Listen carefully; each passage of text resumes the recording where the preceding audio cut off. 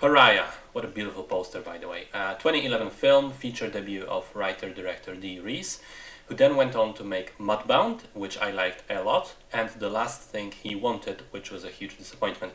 It was interesting to now go back to her first film and see what may have well been her best work yet.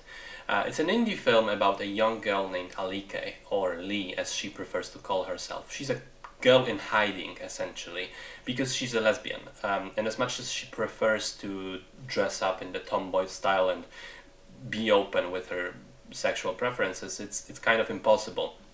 Partly because of her family, who are all very traditional and strict and wouldn't even consider supporting a gay child.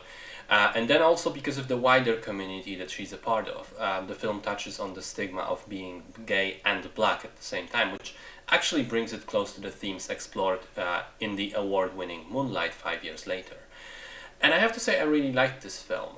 It does a good job of putting you in the shoes of the character, experiencing the shame that she's constantly made to feel, experiencing the feeling of being shackled, of being in hiding, unable to express yourself, which is all the more tragic, especially because Lee is shown to be, a competent student at school and a really good poet as well. So it's not like, as her parents seem to believe, her being gay means she's somehow inferior, which of course is an absurd notion.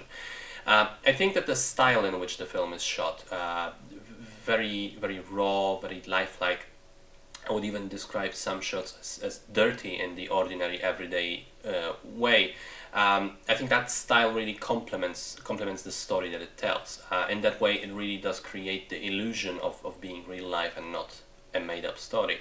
And then towards the very end, we get a glimmer of hope for Lee, and then the colors of the scenes also also change to reflect that, finally including sun rays and some warmth.